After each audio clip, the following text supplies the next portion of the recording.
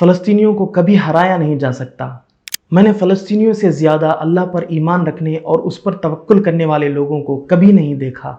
ये लड़का अपने टूटे हुए घर के दरमियान खड़ा होकर मुस्कुरा रहा है। لا إله إلا الله। ये शख्स दूसरे को तसल्ली दे रहा है और कह रहा है कि ये सब कुछ अल्लाह ही की तकदीर है। الله يرحمهم الله يقبلهم. ما تعيطش يا زلمه، انت زلمه، كلنا شهداء، كلنا مشاريع شهداء، كلنا مشاريع شهداء. قول انا لله وانا اليه راجعون.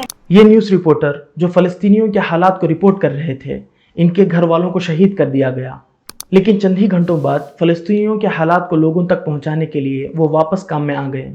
कई फैमिलीज अस्पतालों में पनाह ले रहे हैं। ये माँ अपने इर्द गिर्द के माहौल को नज़रअंदाज करते हुए अपनी लड़की को अरबी हुरूफ तहजी सिखा रही है। ये बाप अपने बेटे को अल्लाह पर तवक्कुल करने और उसकी ज़ात पर पूरा भरोसा रखने की तसल्ली दे रहा है। बहुत से गैर मुस्लिमों ने फ़लस्तीनियों के ईमानी जज्बे को देखकर कुरान पढ़ना शुरू कर दिया है। वो ताज्जुब में हैं कि कैसे फ़लस्तीनी लोग उन पर हो रहे मजालिम के बावजूद अपने ईमान पर साबित कदम हैं।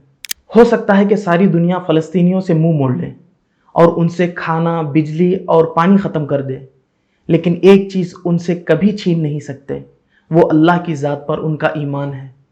अल्लाह सुब्हानहु व तआला फ़लस्तीनियों को उनके मजालिम से आज़ाद करे और जो गुज़र गए हैं उनको अल्लाह ताला जन्नत नसीब फरमाए और जो बाकी हैं अल्लाह ताला उन्हें साबित कदम रहने में मदद फरमाए। आमीन।